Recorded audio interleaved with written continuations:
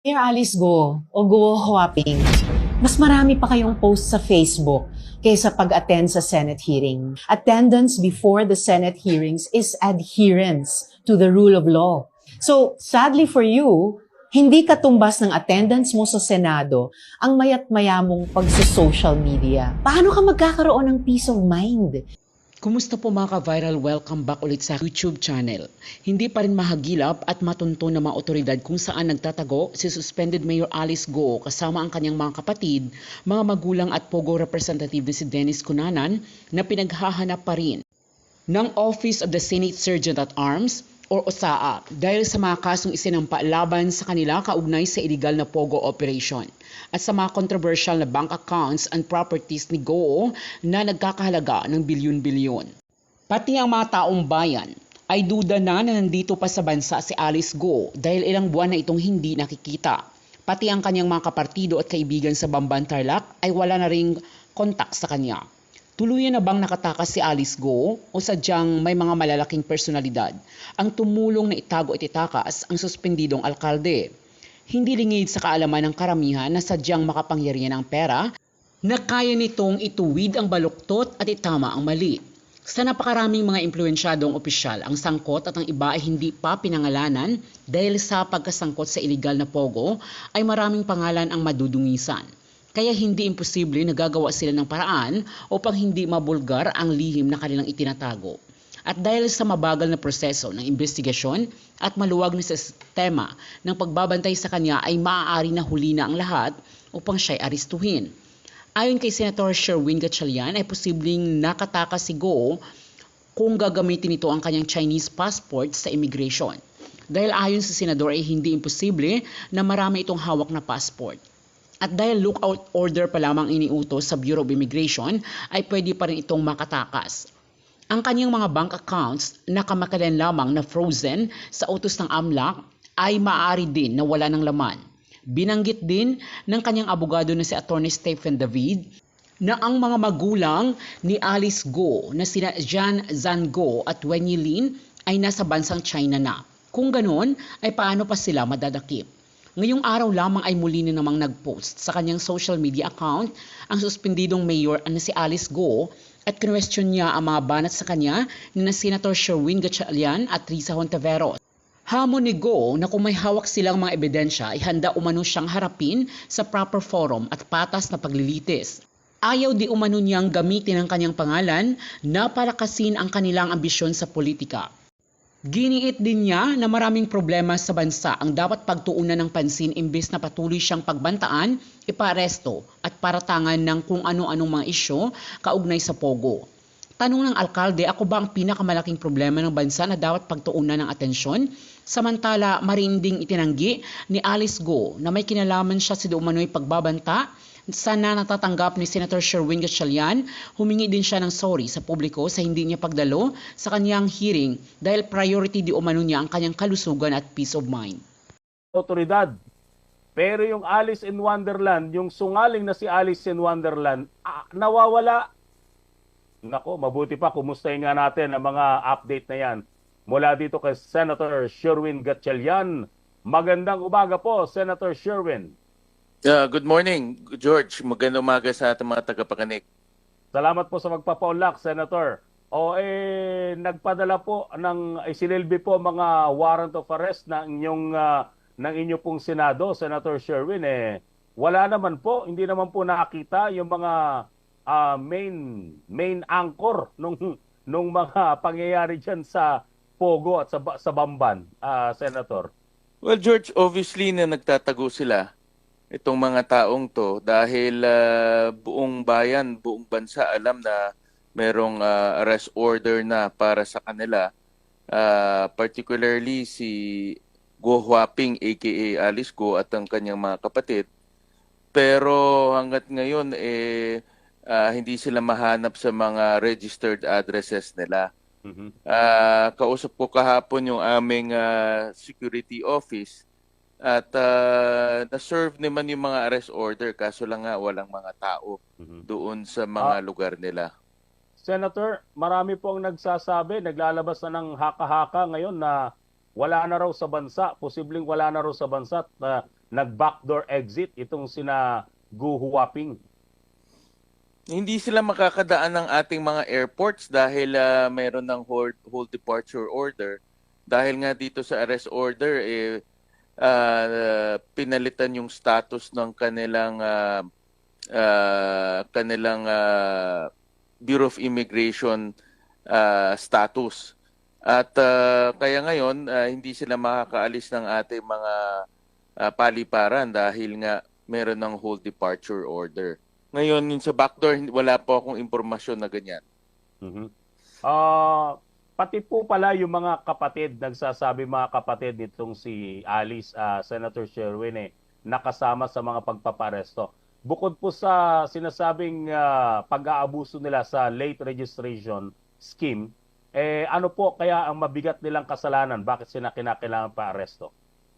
Una, dahil inibitahan sila ilang beses para dumalo sa pagdinig at para magbigay linaw sa mga pangyayari, itong mga kapatid niya ay nasa registration rin ng mga korporasyon.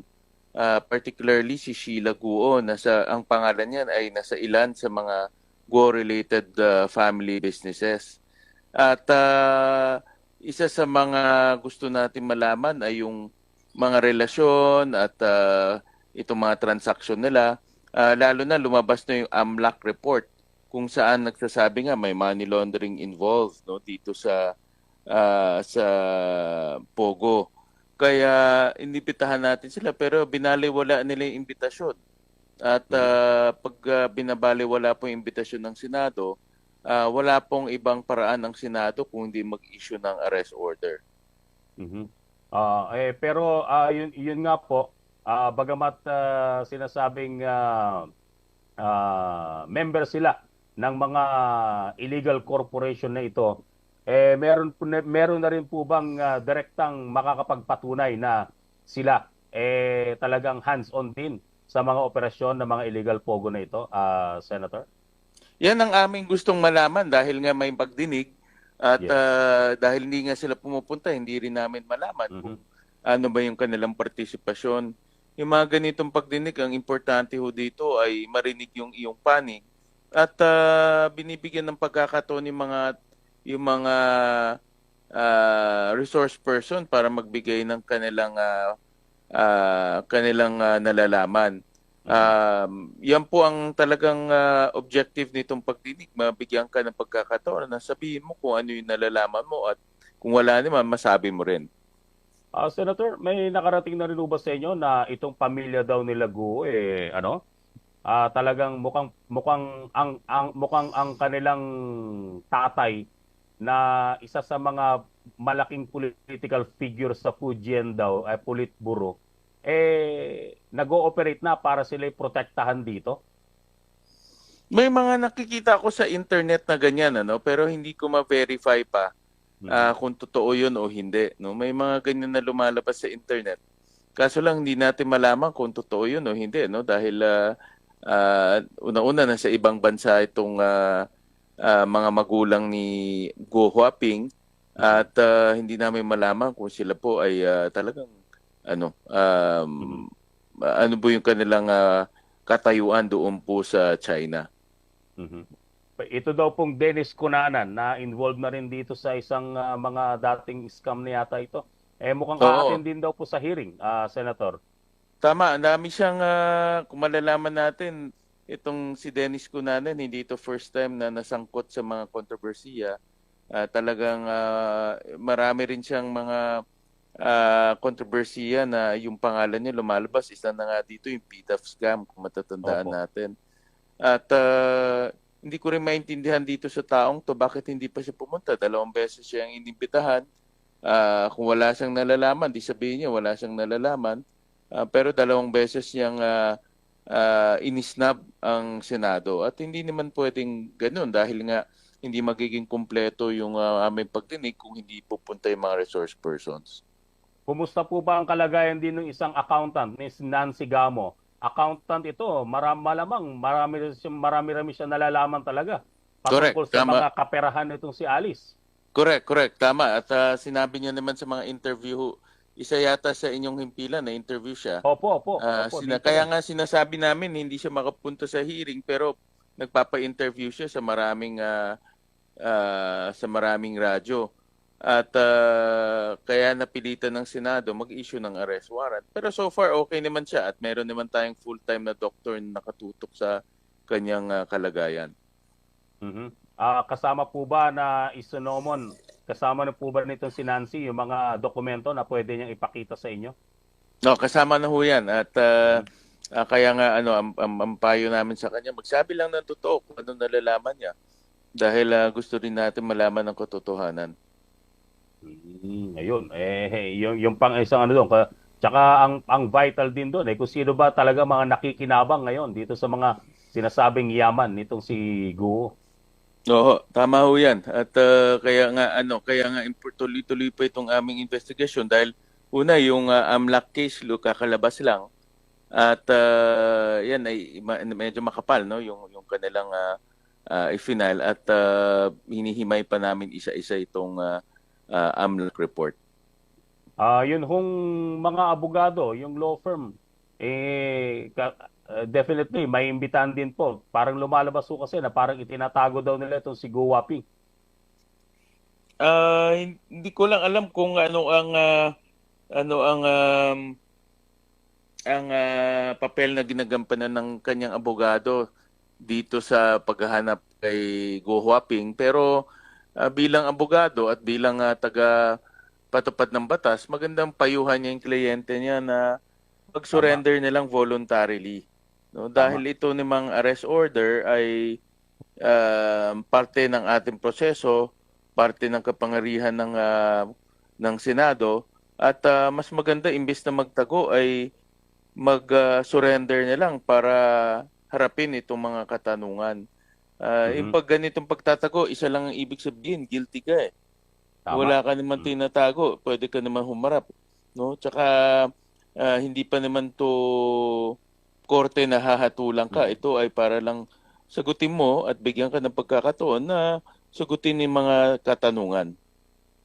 Itutuloy niyo pa rin po ba ang pagdinig sa kabila nung sinasabing kaso na inilatag nila sa Korte Suprema para ipatigil ang mga pagdinig na ito ng Senado, Senator? Wala pa naman desisyon ang Korte Suprema at kung babasahin natin yung body language ng Korte Suprema, nag-iingat rin sila dahil nga meron tayong separation of powers between the legislative and judicial branches at Mhm. meron sarili tayong mga papel na ginagampanan at yan ay hindi pinapakalaman ang isa't isa dahil nga sa mandato na ibinigay ng ating saligang batas. Siguro ang talagang primary concern dito ng Korte Suprema kung meron bang karapatang naapakan.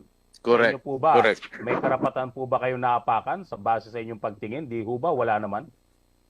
Wala naman dahil ilang beses na kami nagkaroon ng pagdinig at hindi lang naman to ang first time na nag-i-issue ang Senado ng arrest order. Kung matatandaan natin, maraming nakokontempt, maraming nakukulong, maraming naaresto. Kaya ito ay normal procedure lang ng Senado, hindi ito bago at wala naman pinipiling tao. Ito po ay bahagi ng trabaho at bahagi ng mandato ng Senado. Yun. Ay nga po pala, uupo na ang inyong kaibigan, ang inyong kachokaran na si Senator Sani sa DepEd. Anong pong tingin nyo sa kanya magiging pamumuno sa Education Department? Senator. Napakagandang selection si Senator Sani at ngayon Secretary Angara na una pa man advokasya niya ay edukasyon, nanggaling yan sa kanyang ama, ipinagpatuloy niya at talagang hindi natin pwedeng tawaran yung kanyang karanasan at yung kanyang educational background. At dahil Mhm. membro rin siya ng EDCOM kung saan ako ay membro rin, alam niya na kung ano yung mga problemang dapat harapin. At meron na rin solusyon dahil sa EDCOM pinapag-usapan rin namin solusyon. Kaya ako, Mhm. kampante ako at tiwala ako na marami siyang magagawang magaganda at maiayos niya kaagad yung problema natin sa sektor ng edukasyon. Bilang naging local chief executive din ng Valenzuela noon, Senator Sherwin, I believe marami ka rin may papayo sa kanya para masolusyonan nila mga challenges sa education, hands-on. Oo. Tama yan. At George, dahil magtutulungan kami, importante at sa laki ng education system natin, hindi ako naniniwala na dapat lahat tayo ay magtulong-tulong. All hands on deck, ika nga. So, yan naman, dahil nga personal na magkaibigan kami ni Senator Sani, magtutulungan kami sa mga pangangailangan niya. Nako, anyway. Maraming salamat po, Senator Sherwin. At Thank you, good luck, George. Maraming salamat. ngayong Thank araw. you. Actually, Thank you, nalula thank you. kami, Senadora, doon sa lumabas na pera ni Mayor Alice. 27, no? 28. Ma'am, 28 billion sa isang pangalan lang po, ma'am. Anong nakapanayam ka namin, nabanggit mo sa amin na may relasyon itong ginagawa ninyo, natuklasan nyo na may relasyon ito doon sa mga previous Senate hearing, no? Ito bang Senate hearing na ito yung tungkol sa Pharmally, ma'am? Iyon na nga po yung lumabas na nitong nakaraang hearing namin. Kasi nung ni-raid yung Pogo sa Bamban, Tarlac, maraming papeles ng iba't iba pang mga Pogo ang natagpuan din doon. At yung isa doon ay yung Brick Hearts Technology Inc. Nung sinuri namin yung mga incorporators niyang Brick Hearts, isang pangalan ang nag-stand out. Nagngangalang Gerald Cruz. Pamilyar ang pangalan na to sa amin kasi si Gerald Cruz ay incorporator din ng Pharmally Biological Company Inc. Oo. And talaga, Sir Joel mismo thanks to the extensive Pharmally hearings led by the Blue Ribbon Committee sa ilalim ni dating Chair Sendic, alam natin na itong si Gerald Cruz, incorporator din ng isa pang kumpanyang nagngangalang Full Win. O, sino ang chairman ng Full Win? Si Michael Yang. But wait, there's more. Itong Pogo na Brick Hearts, ang email ay pareho din pala sa isang kumpanya naman na tinatawag na Sunway Technologies Inc. Pogo din po yan, kung saan ang sinasabing may-ari din ay si Michael Yang din. So yes, no, ang mahiwagang Michael Yang. Si Michael Yang na dating economic presidential advisor kay Duterte. Michael Yang na napakalapit sa dating Pangulo. So tila itong mga Pogo ay one big happy Pharmally, no? Family po, ma'am, family. Family. Mukhang tip of the iceberg. Ito si Michael Yang. Yan din po yung pinapa-aresto ng Kamara sa dahil hindi uma-attend doon sa drugs hearing. Oo nga. Tama kayo, Miss Weng. Tama. Okay. Ma'am, ano ang relasyon dito? Kasi parang sinasabi ninyo, parang baka magduktong ito kay dating Pangulong Duterte. Well, yun na nga po. Kung mapatunayan po namin patuloy na kasangkot si Michael Yang dito pati sa iniimbestiga nating mga ugat ng problema natin sa Pogo, alam nga natin na dati siyang economic presidential advisor kay Duterte, napakalapit niya sa dating Pangulo. So, iniisip po namin, baka yung nabitin noon na investigasyon sa Pharmally na i-establish yung connection pati ni Duterte dyan, baka dito sa Pogo ay ma-establish po namin. Medyo lumalalim ito, ma'am. Parang baka sabihin naman ng taong bayan. Parang hindi na ba matitigil, hindi mahihinto? Parang walang period. Sa tingin nyo hanggang kailan patatakbo itong investigasyon po ng Senado? Well, mukhang marami-rami pang kabanata ang Pogo fiasco na ito. But hopefully, ilan na lamang hearing ay sa wakas maisasara na namin. Actually, itong misweng 4 na taong investigasyon ng Senate Committee on Women laban sa Pogo. Kasi nagsimula yan sa Pogo-related prostitution. Yes. Naging illegal recruitment and detention. Naging yung mahabang mga buwan sa pastilla scam hanggang dumako dito sa bulto-bultong human trafficking, cyber scamming, money laundering, itong anggulo pa ng espionage at itong ang pagbenta at pagkasangkapan ng Filipino citizenship para bigyan ng legal cover ang Pogo at mga krimeng nakakabit dyan. Honestly, tuwing dati akala na namin patapos na ang investigasyon sa Pogo, may bagong victim survivor na lalapit o may bagong whistleblower Ma'am. na magsusumbong na nanganganak ng problema itong POGO. Oh, lumitaw nga rin dito, Weng, yung ano yung, di ba, yung pamimeke Oo. ng birth Yun. certificate, Correct. tapos para makakuha Human ng ano, trafficking, para lahat maging na. Yes. maging Filipino citizen, ano, dito po sa Santa Cruz, ano yan, Zamboanga Sa Davao del Sur. Davao del Sur pa. Oo. Ma'am, ano pala doon? I think there's a flaw in our system, no? Kasi Yes. pagka nag-apply ka sa PSA, Weng, sabi say, ay wala ka record dito. Punta ka sa local civil registry. Doon ka kukuha. Doon ka kukuha. Yes. So, ang local civil registry, pagka kinurap mo yan, kung ano man ang inisyo niyan, Correct. syempre kukunin ng Tatanggapin. PSA. Yes. So, I think there's something wrong with our system. Not